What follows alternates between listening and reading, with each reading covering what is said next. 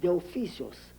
Éramos de que mecánicos, de que panaderos o de que carpinteros o carniceros o cargadores, porque si usted puede imaginar un cargador de Varsovia, un tipo de que solo llevaba un piano de cola hasta el séptimo piso por las escaleras. Y si se trataba de comer, un tipo de esto se comía un ganso entero a la hora de la comida. ¿Usted cree que esta gente se hubiera dejado matar a su familia, matar a su esposa, a sus hijos? Yo creo que lógicamente este hombre estaba dispuesto a defenderlos con su vida.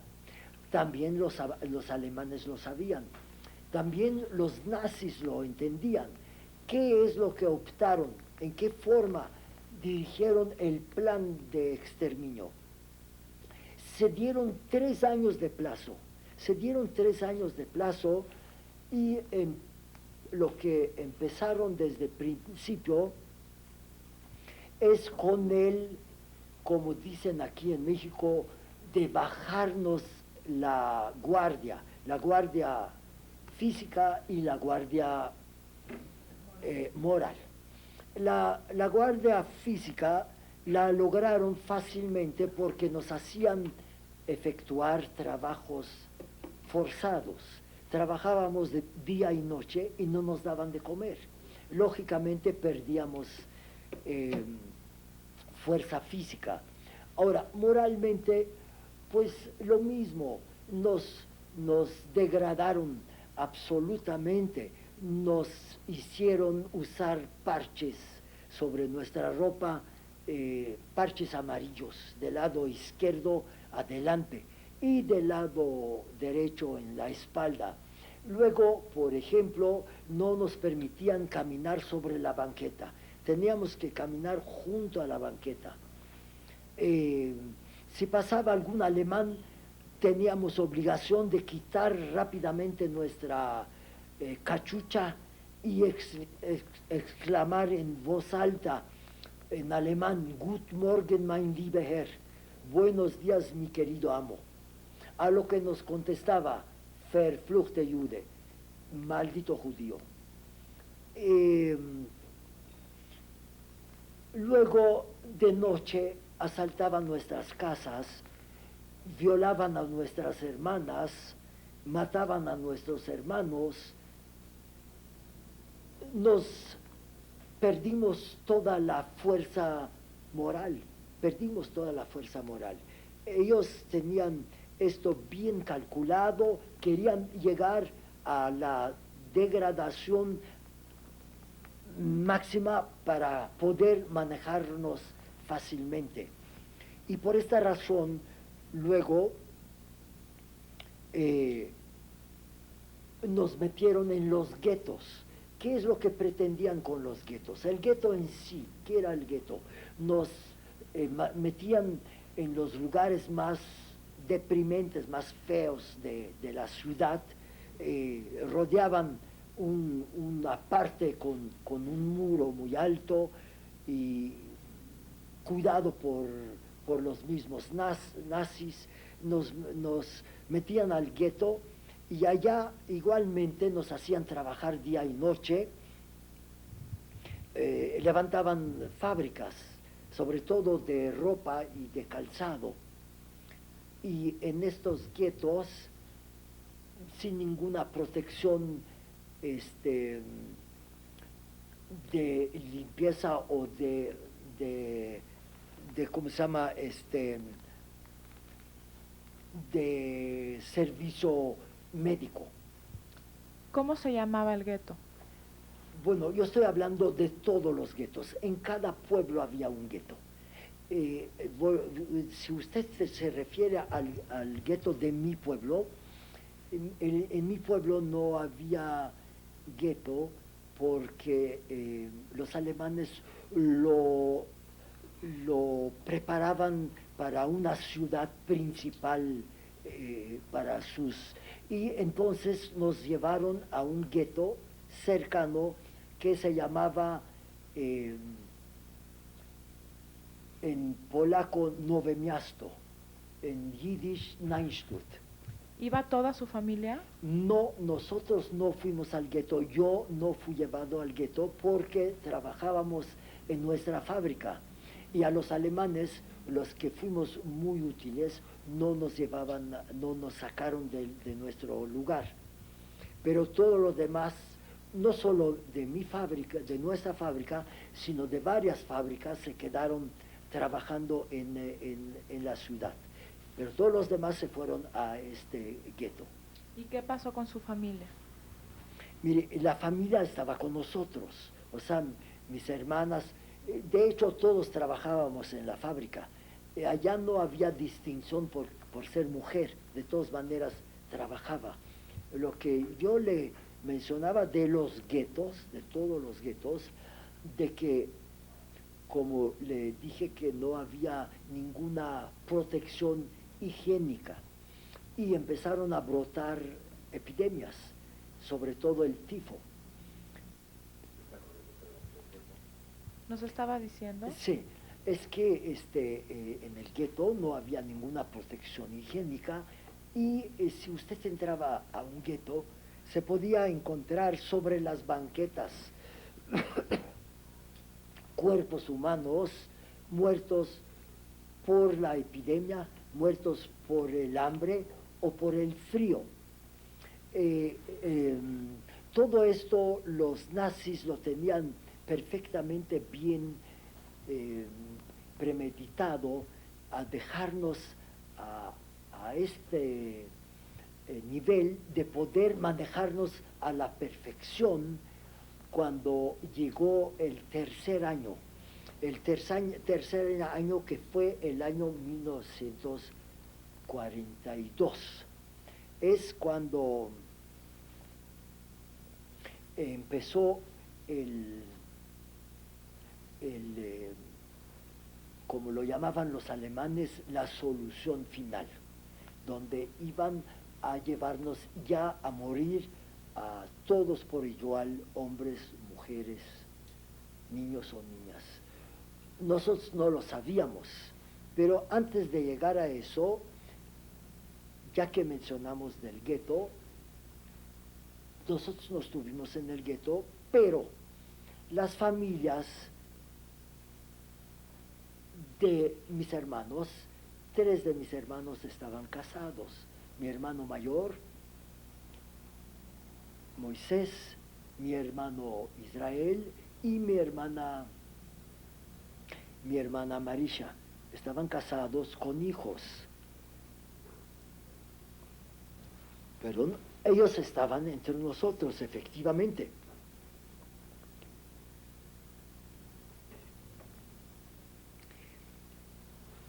Pero sus familiares se fueron al gueto.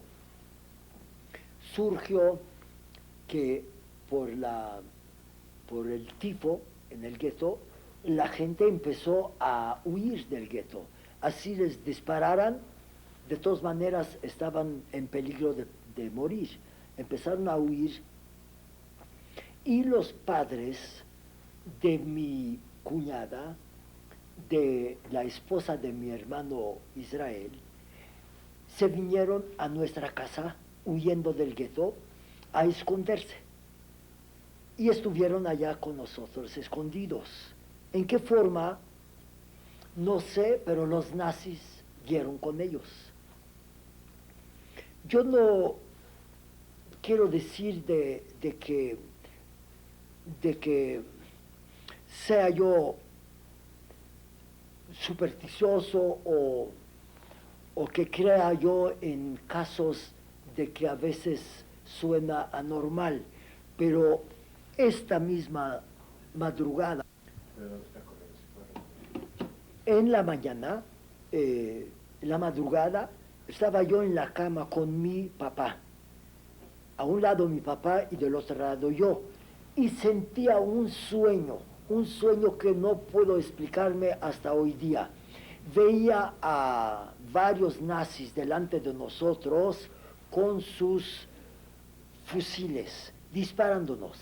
Pero lo que me llamaba la atención, hasta empecé a gritar, porque todas las balas le tocaban a mi papá y a mí no me tocaba ninguna bala. A tal grado que desperté a mi papá y él me dijo, tuviste un mal sueño, quédate dormido. A la hora, exactamente una hora después, vinieron los nazis a buscar a estos señores, los, los, los papás de mi cuñada, a mi casa, y se llevaron a mi papá como responsable por haberlos escondido. Recuerdo cuando veía yo a mi papá alejándose de la casa con los nazis, sentía que ya no lo volveré a ver más. Mi papá perdió la vida en la horca, en una ciudad, en una fortaleza polaca llamada Modlin. Nunca supimos dónde es esta fortaleza, y una fuerza física extraordinaria, a tal grado que mi papá logró arrancarse de las cuerdas. Y existe una ley internacional de que no se puede volver a ejecutar una persona si salió con vida de una ejecución. Los nazis desde luego no lo respetaron, y hace poco recibí un documento de Polonia donde me mandan donde Eichmann en persona condena a mi papá a morir, firmado por él mismo. El documento no lo traigo aquí porque si no se los hubiera, si va a haber oportunidad se los voy a entregar. Es un duplicado que me llegó 50 años después, pero apenas lo recibí. ¿Ustedes en el momento cómo recibieron y de quién recibieron noticias de la ejecución de su padre? Una pregunta muy acertada. Había gente que iban de un gueto a otro. ¿Por qué iban de un gueto a otro? Bueno, porque pues buscaba alguna manera de poder sobrevivir. Llevaban cosas a vender adentro de los guetos. Y un judío de mi pueblo llegó a este gueto allá de Modlin, donde él presenció la ejecución. Él estuvo ahí presente y lógicamente supo de cada detalle. Cuando mi papá logró arrancar las cuerdas y nos vino a contar, mejor dicho, vino a contárselo a mi hermano Israel, porque fue amigo de él, fue de su edad. Y él poco a poco nos iba diciendo de que, pues para calmar, no nos quiso decir de momento, nos decía, por desgracia fue la verdad lo que él nos decía, todos vamos a morir porque los nazis tienen orden de matarnos a todos. ¿Qué pasó con los suegros de su hermano Israel? Él igualmente fue ejecutado junto con mi papá, y fue ejecutado también un amigo mío de los que nos juntábamos para ver qué íbamos a hacer, y cuando optamos de que vamos a defendernos, no nos...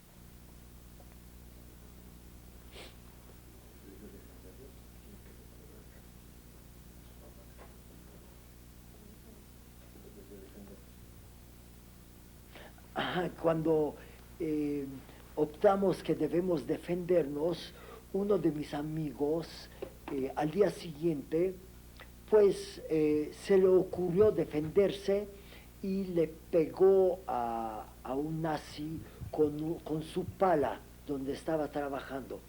Al día siguiente lo ejecutaron públicamente y mataron a 100 personas más como, como eh, una señal de lo que pueden hacer. Y nos decían, para la próxima, si alguno de ustedes se va a tratar de defenderse, van a morir 1000 personas. ¿Mm? ¿Qué pasó con su familia después de la muerte, de la ejecución de su papá? Bueno, ahora vamos a donde viene lo trágico de nuestra familia y de todo el pueblo judío. Como le dije, nosotros no estuvimos dentro de un gueto. Cuando llegó la orden de la liquidación del pueblo judío, fuimos los primeros que nos llevaron al tristemente famoso campo de Auschwitz. ¿Quién iba a Auschwitz junto con usted? Quiero explicarle en qué forma nos pudieron dominar, porque ya no les teníamos nada de confianza. Sin embargo, ellos utilizaban mucho la mentira para lograr su propósito. Entonces vinieron a hacernos razonar de que nosotros somos artesanos y que necesitan nuestra fuerza de trabajo allá en Alemania, puesto que sus hombres están en el frente y las fábricas están sin mano de obra. Por eso nos querían allá. Para eso nos explicaban de que nos van a dar mejor trato, nos van a pagar buen sueldo, nuestras familias tienen que venir con nosotros porque allá vamos a seguir ya viviendo y tienen asignadas casas, viviendas para nuestra familia, asignadas viviendas y que tenían también, nos prometían de que nuestros hijos van a ir a las escuelas. Sonaba bien, no les teníamos toda la confianza, pero pensamos, ¿qué podemos perder? Peor de lo que estamos en los guetos, no nos va a ir. Vamos a estar en Alemania, si nos van a martirizar más, no, que nos martiricen a ver si la guerra ya algún día va a acabar. Nos acomodaron, nos hicieron abordar los famosos trenes de carga y en cada vagón metían más que 100 personas, íbamos apretados unos a otros, no podíamos ni movernos. En el camino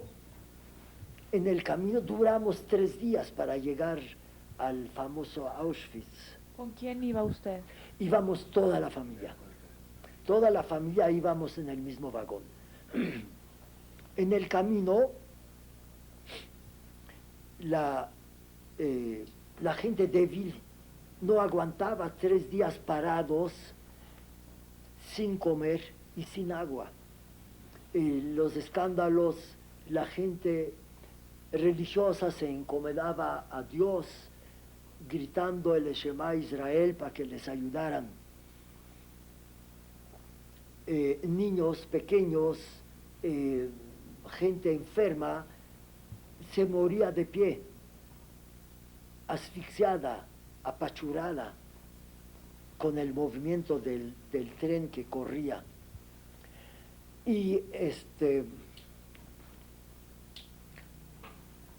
fue un infierno en este vagón donde iba yo. La gente más fuerte físicamente se acomodaba a base de golpes, los gritos,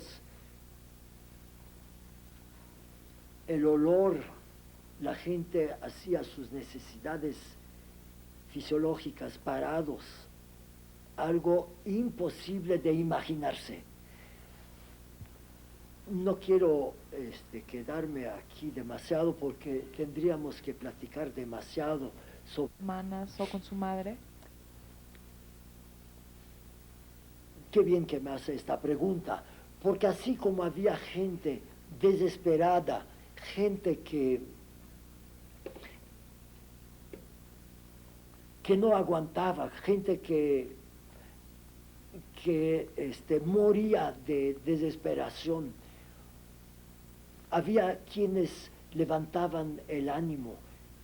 No podemos tardar más en llegar a Alemania, porque Alemania pues no es Europa de por sí no es muy grande, no puede durar más, un día más, una hora más, ya llegaremos a Alemania y allá pues estamos en guerra, tenemos que aguantar, porque veíamos pasar trenes de soldados alemanes y nos levantábamos el ánimo.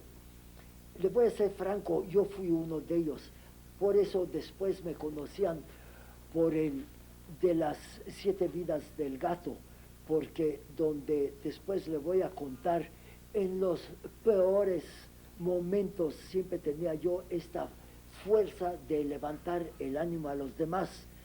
Yo estaba peor que ellos, pero les decía de que lucharan por aguantar, por soportar, por sobrevivir.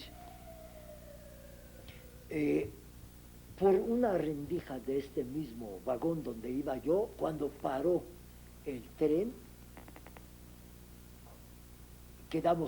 ya quedamos más quietos porque sabíamos que algo ya va a suceder porque ya estamos llegando o ya llegamos. Cuando por una rendija vi la primera vez el nombrecito de Auschwitz. No sabíamos que esto existía. En realidad esto es un nombre alemán, porque el pueblo de ahí en polaco era Oświęcim. Ellos cambiaron el nombre a Auschwitz. Y luego veía yo por la misma rendija, veía yo pues mucho humo que salían de unas chimeneas y todavía me imaginaba las fábricas de los alemanes ya progresaron muchísimo. Nosotros, ¿cuándo íbamos a tener estas fábricas de esto? ¿Se hubiera imaginado siquiera que estos son crematorios donde están quemando los cuerpos de nuestros hermanos? ¿Mm? Al momento se abrieron las puertas, el portón corredizo que tenían, se abrieron del vagón y nos bajaron. Como le dije, los nazis tenían su sistema de engaño y terror. Ya en este momento empezaron con el terror. Nos bajaron a golpes, a gritos, a disparos. Nos obligaron a dejar todas nuestras pertenencias en el vagón y todos hacia abajo. Ya estando abajo, empezaron con sus mentiras, con el engaño. Por magnavoces, por altavoces, nos hablaban con mucho respeto, con mucha decencia. Las señoras decían que tienen hijos pequeños, hagan favor de abordar los camiones militares que nos esperaban, puesto las casas donde vamos a habitar están muy retiradas y los pequeños no van a poder caminar tanto tiempo. Mis 3 hermanas, les dije que una de ellas estaba casada y tenía 2 hijas.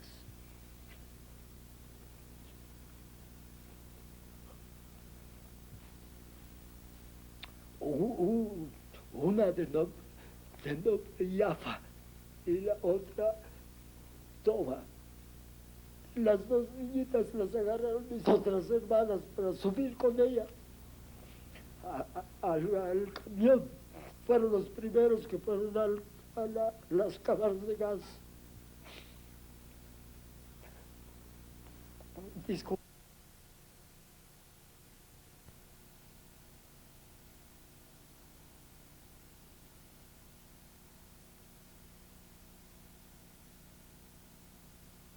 Señor Salvador Gilbert. En Auschwitz les dije que por una rendija vi la primera vez el nombre de Auschwitz.